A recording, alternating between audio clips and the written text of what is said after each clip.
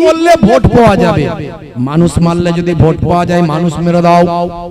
হ্যাঁ ভাই আমার, রাস্তায় যদি অবরোধ করলে ভোট পাওয়া যায়, অবরোধ করে দাও। হ্যাঁ, তারপরে যদি এই পার্টির লোক ওই পার্টির লোককে মানলে যদি ভোট পাওয়া যায়, তাই করে দাও। তারপরে যদি মাদ্রাসা ভেঙে দিলে ভোট পাওয়া যায়, মাদ্রাসা ভেঙে দাও। হ্যাঁ, দেখছেন না এখানকার কেউ মন্ত্রী গিয়ে আঘাত করে দিচ্ছে, কেউ মাদ্রাসায় গিয়ে আঘাত করে দিচ্ছে।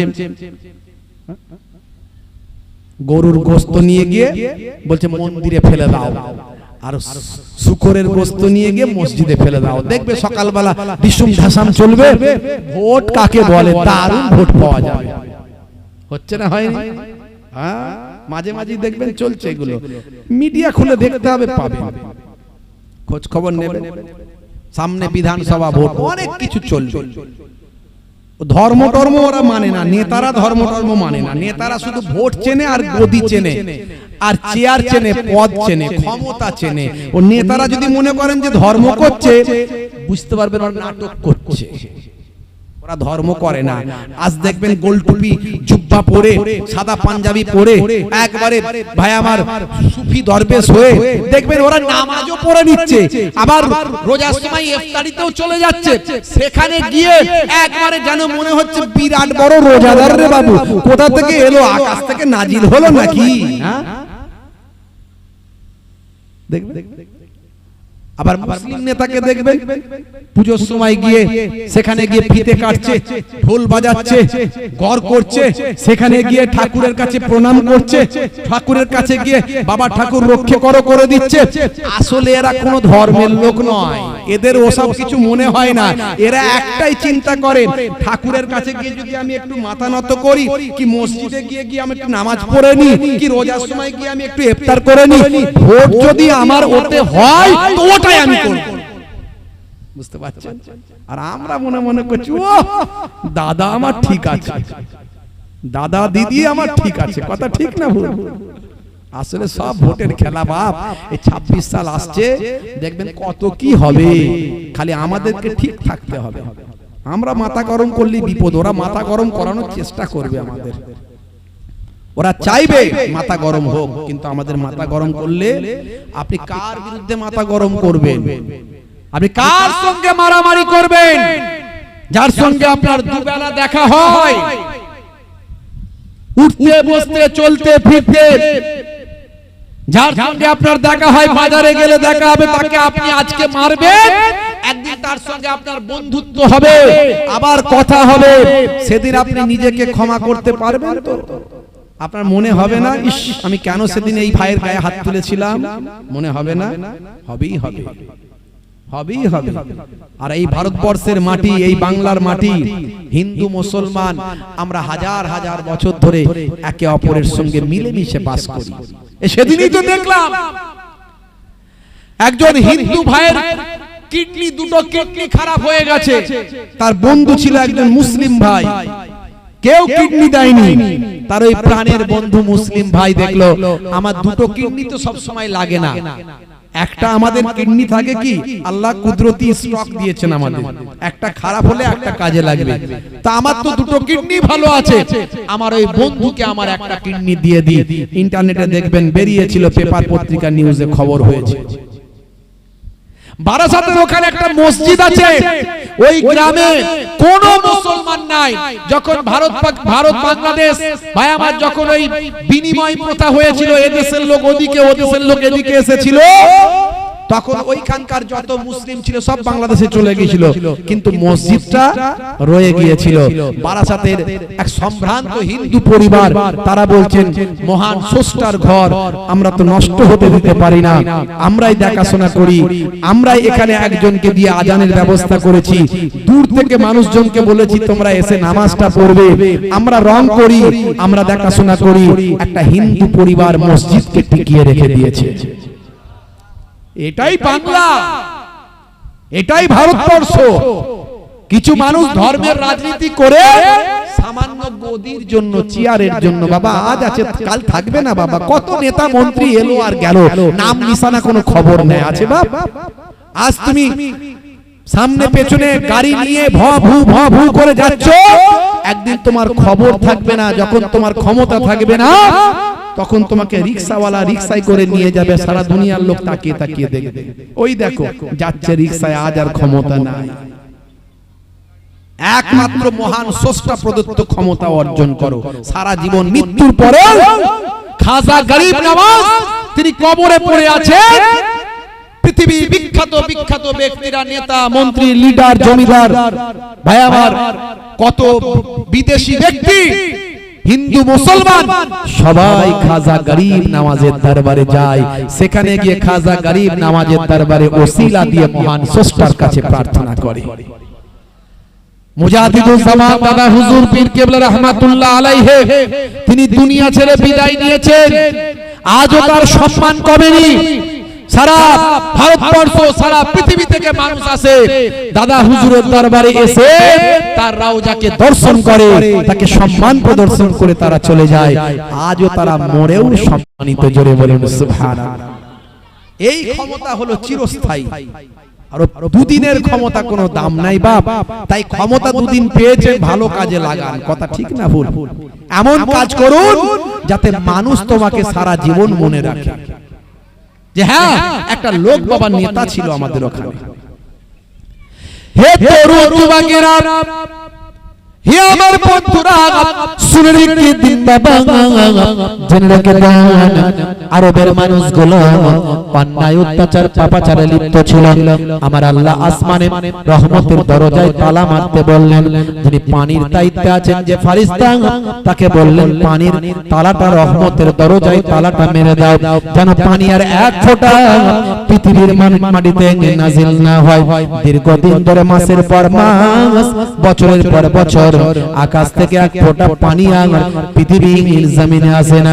হে তরুণ যুবকেরা, পৃথিবীর মানুষ পানির জন্য হাহাকার করতে লাগলো, চাষবাস হয় না, সবকিছু ক্ষেত খামার নষ্ট, পশু পাখিগুলো পানির জন্য হাহাকার করতে লাগলো, মানুষগুলো পানির জন্য হাই পানি করতে লাগলো।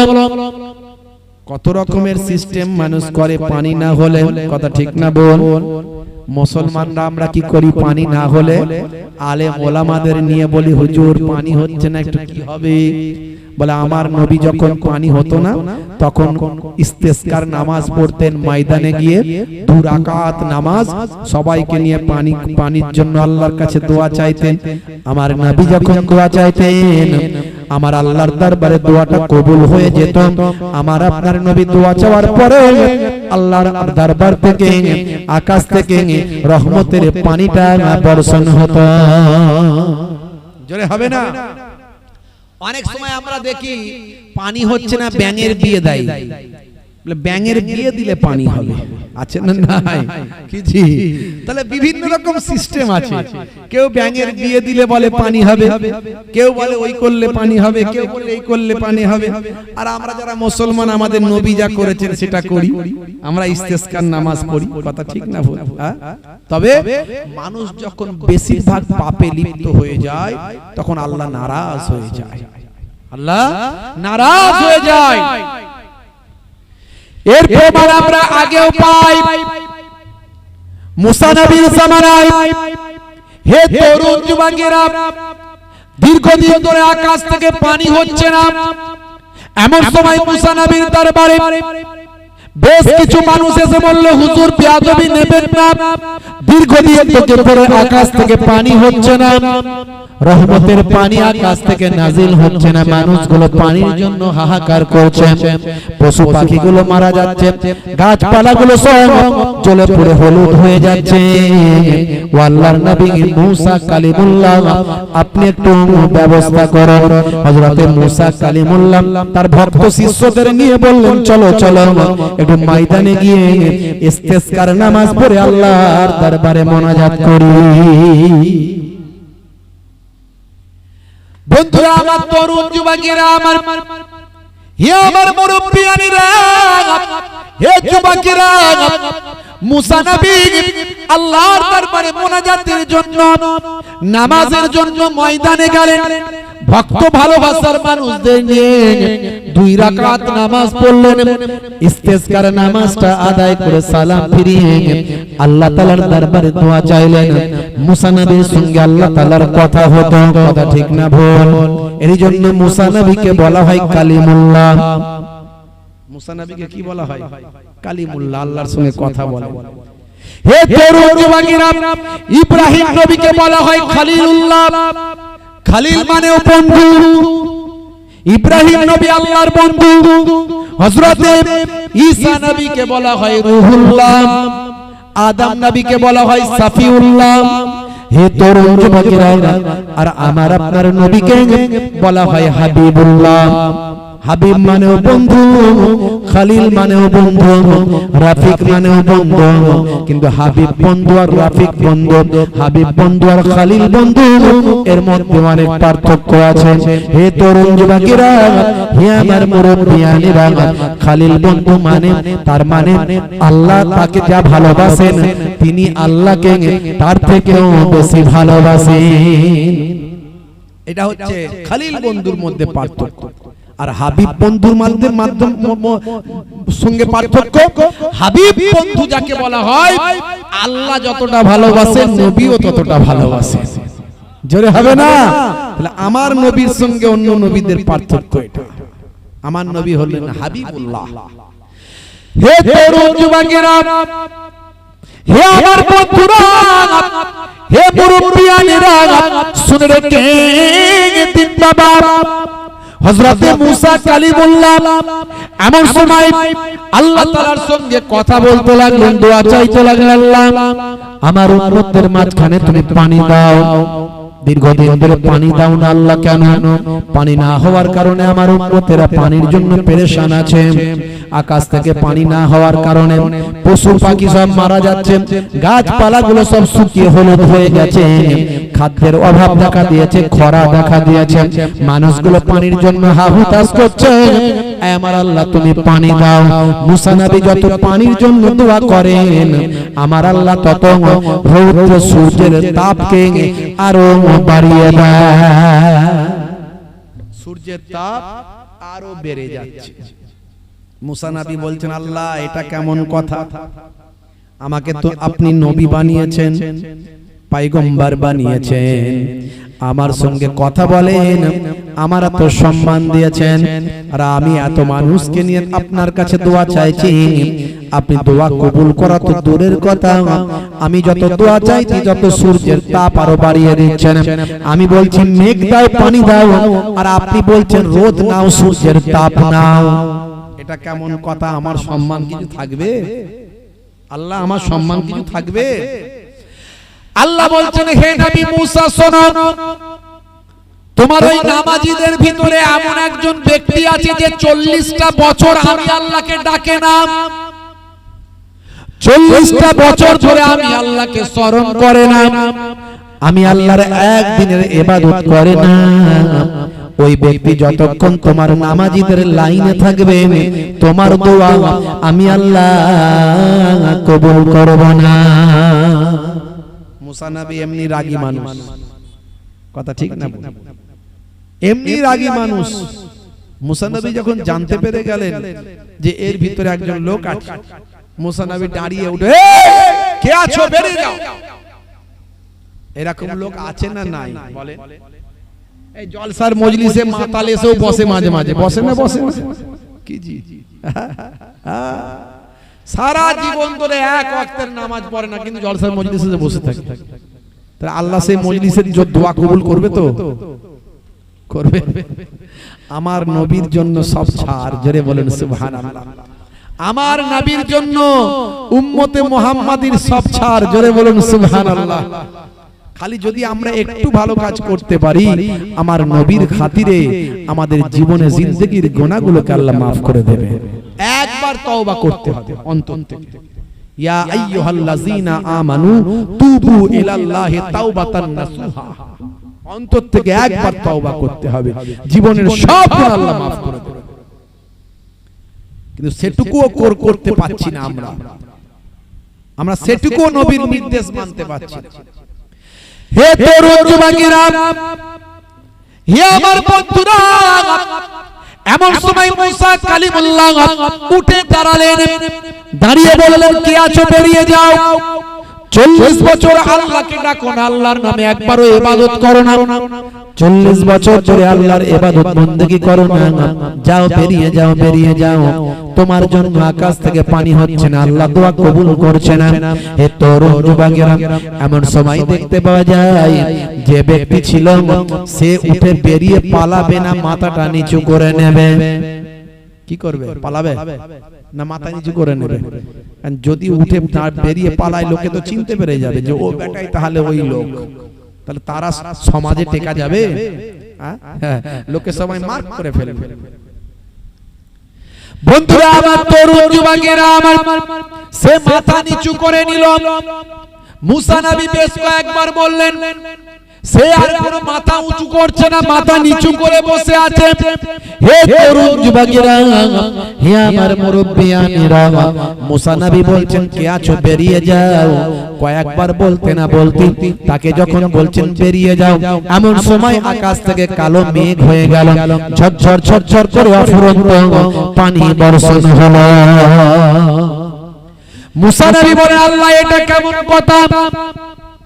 এই মাত্র তুমি বললেন একজন মানুষ আছে যে 40টা বছর ধরে তোমাকে ডাকেনি, সে যতক্ষণ থাকবে আকাশ থেকে পানি হবে না।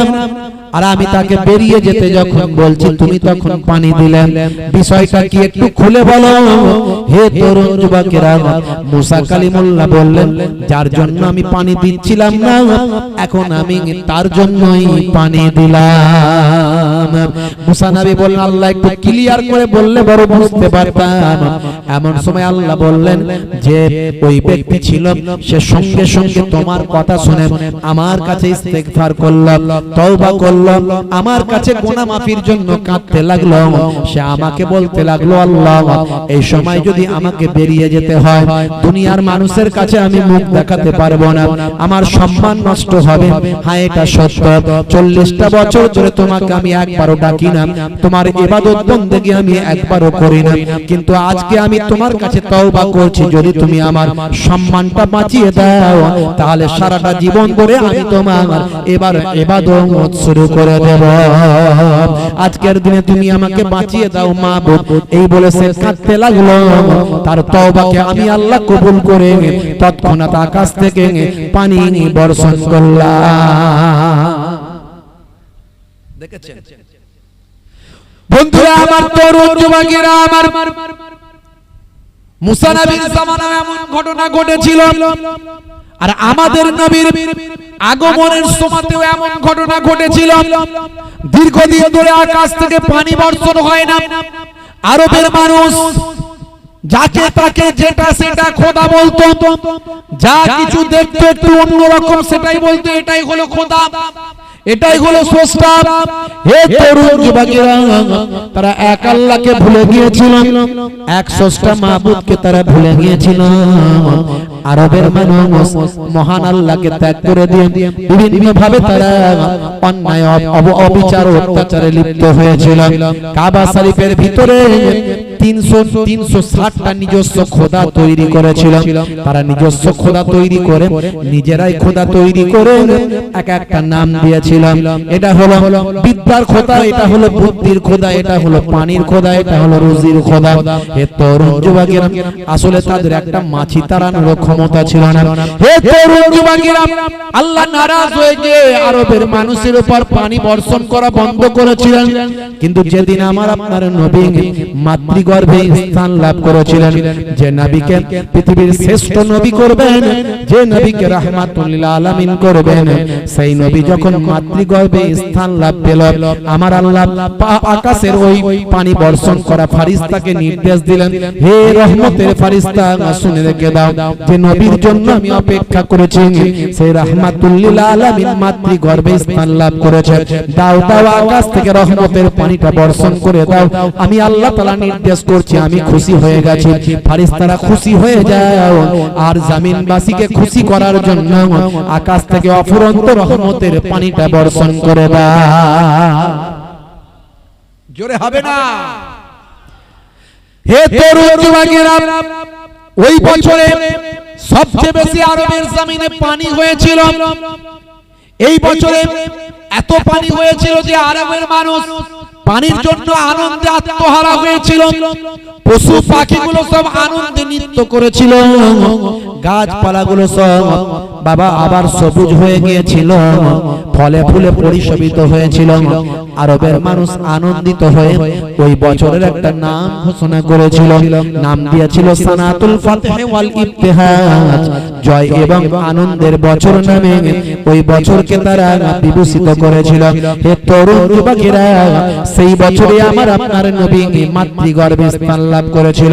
হে যুবকেরা, আল্লাহর নবী ওই বছরে জন্মগ্রহণ করলেন। চাচা দাদা আব্দুল মুত্তালিব খুশি হলো, চাচারা সব খুশি হয়ে গেল, চাচা আবু তালিব খুশি হয়ে গেল, পশু পাখি খুশি হয়ে গেল, জিন ইনসান খুশি হয়ে গেল, ফারিস্তারা খুশি হয়ে গেল, আমার আল্লাহ স্বয়ং নিজেও খুশি হয়ে গেল। সারা কুল কায়নাতের সবকিছু আমার আপনার নবীর আগমনে খুশি হয়ে গেল।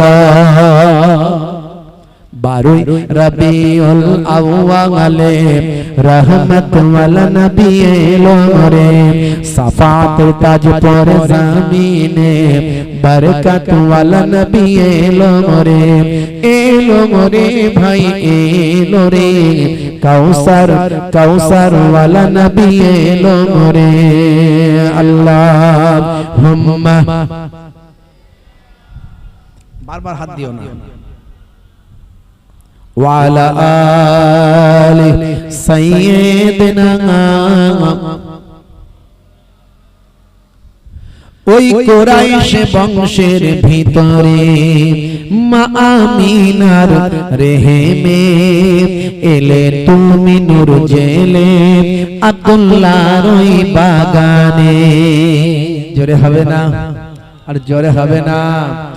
ওই কুরাইশ বংশের ভিতরে মা আমিনার রেহেমে এলে তুমি নূর জেলে আব্দুল্লাহর ওই বাগানে। ওই বাগানের ফুলকলি, ওই বাগানের ফুলকলি ফুটলো সারা ভুবনে। 12 রবিউল আউয়ালে রহমত ওয়ালা নবী এলো রে, সাফাতের তাজ পরে জমিনে বরকত ওয়ালা নবী এলো রে, এলো রে ভাই এলো রে, এলো রে ভাই এলো রে, কাউসার ওয়ালা নবী এলো রে। আল্লাহুম্মা,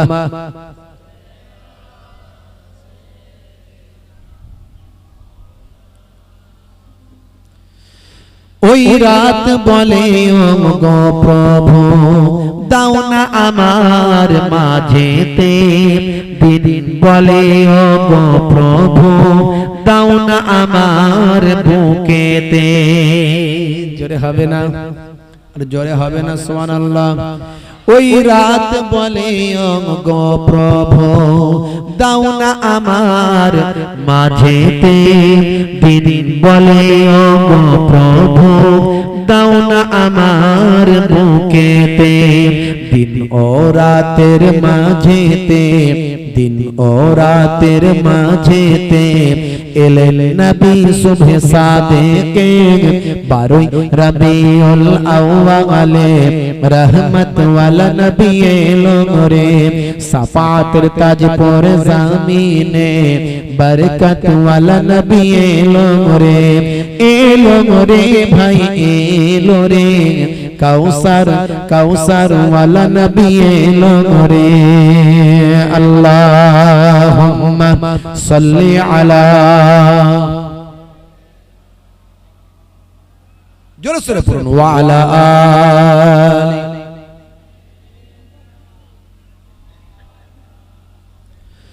ওই আকাশ বাতাস চন্দ্র তারা খুশিতে তারা মেতেছে, আসমানের হুর ফারিস তারা দেখার পরে উকি মেরেছে। জোরে হবে না, আর জোরে হবে না। ওই আকাশ বাতাস চন্দ্র তারা খুশিতে তারা মেতেছে, আসমানের হুর ফারিস তারা দেখার পরে উকি মেরেছে। দাদু মুত্তালিব খুশি হয়ে, দাদু মুত্তালিব খুশি হয়ে মক্কাবাসীর দাওয়াত করেছে। 12 রবিউল আউয়ালে রহমত ওয়ালা নবী এলো রে, সাফাতের তাজ পরে জামিনে বরকত ওয়ালা নবী এলো রে, এলো রে ভাই এলো রে, কাউসার কাউসার ওয়ালা নবী এলো রে। আল্লাহুম্মা সাল্লি আলা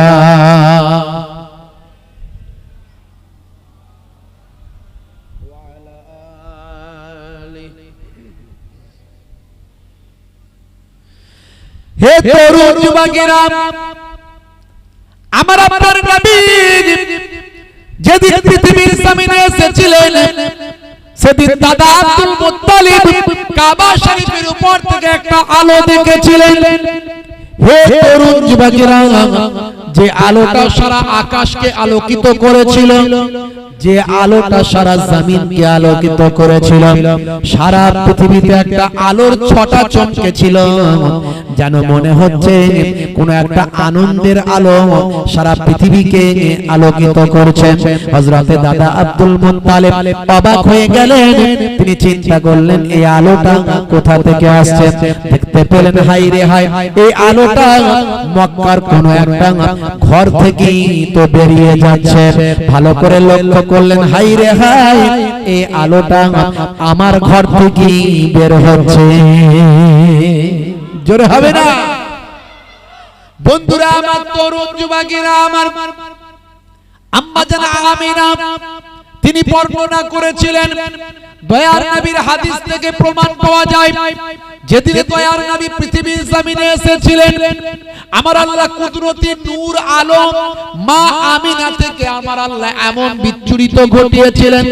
আম্মা জান আমিনা বলেছিলেন, সেই আলোতে আমি সেই শাম সিরিয়ার বড় বড় অট্টালিকা প্রাসাদগুলো আমি দেখতে পেয়েছিলাম। আমার আপনার নবীকে আমার আল্লাহ এমন নূর বানিয়েছিলেন, জ্যোতি বানিয়েছিলেন। ভাই আমার মাতৃগর্ভে সন্তান থাকলে মায়েদের যে অবস্থা হয়, আম্মা জান আমিনার ক্ষেত্রে সেটা সম্পূর্ণ বিপরীত। সেই রকম কোন অবস্থা আম্মা জান আমিনার জন্য হয়নি। হে তরুণ যুবকেরা, হে আমার বন্ধুরা, আম্মা জান আমিনার কাছে, আম্মা জান আমিনার কাছে বড় বড় বিদুষী নারী, আল্লাহর নবীদের স্ত্রীরা, আল্লাহর জান্নাতি মহিলারা আগমন করতেন। আম্মা জান আমিনার উপর রহমত ছিল।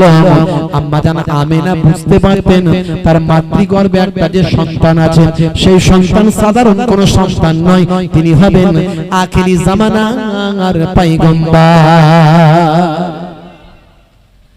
আল্লাহর নবী ছোট বয়সে আম্মা জান হালিমাতুস সাদিয়া যখন নিয়ে গিয়েছিলেন, আপনারা জানেন হালিমাতুস সাদিয়ার যে বাহনটা ছিল, উটনিটা ছিল, হে তরুণ যুবকেরা, যেটা দুর্বল হওয়ার কারণে সবচেয়ে শেষে এসেছিল। কিন্তু সেই হালিমাতুস সাদিয়া যখন এতিম নবী আখিরি জামানার পয়গম্বরকে নিজের বাড়িতে নিয়ে যাবার জন্য এলেন, আরবের প্রথা অনুযায়ী তায়েফের সেই দূর থেকে সাদিয়া গোত্র থেকে যখন ভাই আমার স্বামী হারেসকে সঙ্গে নিয়ে আম্মা জান হালিমাতুস সাদিয়া তিনি যখন তার দুর্বল উটনিটা নিয়ে আরবে মক্কার জমিনে যখন পৌঁছালেন, সবচেয়ে শেষে এসেছিলেন দুর্বল উট হওয়ার কারণে। কিন্তু দয়ার নবীকে, নূর নবীকে, রাহমাতুল লিল আলামিনকে, শিশু নবীকে যখন সে উটনিতে চাপিয়েছিলেন, আমার আল্লাহর কুদরতি ক্ষমতা ওই উটনির উপর এসেছিল। উটনি সতেজ হয়েছিল, সচ্ছল হয়েছিল, শক্তিশালী হয়েছিল, সবচেয়ে শেষে এসেছিল। আর যারা আগে চলে গিয়েছিল, ওই উটনি সবচেয়ে শেষে তাদেরকে ওভারটেক করে সবাইকে পার করেছে, সাদিয়া গোত্রে তায়েফের জমিন পার হয়ে সেখানে পৌঁছে যায়। এই ক্ষমতা আমার আল্লাহ দয়ার নবীর খাতিরে আমার আল্লাহ দান করলেন। মরুভূমি এলাকায় যেখানে ঘাস টাস তেমন নাই, আমার নবীর খাতিরে সাদিয়া গোত্রের মানুষদের জন্য আল্লাহ তাদের পশু পাখি, তাদের ব্যবসা বাণিজ্যে সবকিছুতে উন্নতি দান করেছিলেন, সব আমার নবীর খাতিরে। বন্ধুরা আমার, তরুণ যুবকেরা আমার, হে আমার মুরব্বিয়ানিরা, হে আমার পূর্ব বন্ধুরা, শুনে রেখে দিন বাবা, আল্লাহর নবী হালিমাতুস সাদিয়ার বাড়িতে আছেন। আল্লাহর নবীর দুধ ভাইরা, আল্লাহর নবীর দুধ বোনেরা, ভেতর যুবকেরা আমার, বাচ্চাকে নিয়ে আল্লাহর নবীকে নিয়ে মাঝে মাঝে তারা ময়দানের দিকে খেলা দেখতে যেত, খেলতে যেত, ঘুরতে যেত। হে তরুণ যুবকেরা, আম্মা জান হালিমাতুস সাদিয়া বারবার বলতেন, না নিয়ে যাবে না তোমাদের দুধ ভাইকে, তোমাদের দুধ ভাই সাধারণ কোনো মানুষ নয়, সাধারণ কোনো বাচ্চা নয়, আমি তার সম্পর্কে অনেক ঘটনা দেখতে পাই। তোমরা নিশ্চয় দেখতে পেয়েছো, যখন আমাদের বাড়িতে তোমাদের দুধ ভাই এসেছে, তখন থেকে আমাদের বাড়ির উন্নতি হয়েছে, ডেভেলপমেন্ট হয়েছে, আমরা আরাম পেয়েছি, শান্তি পেয়েছি, সচ্ছলতা পেয়েছি।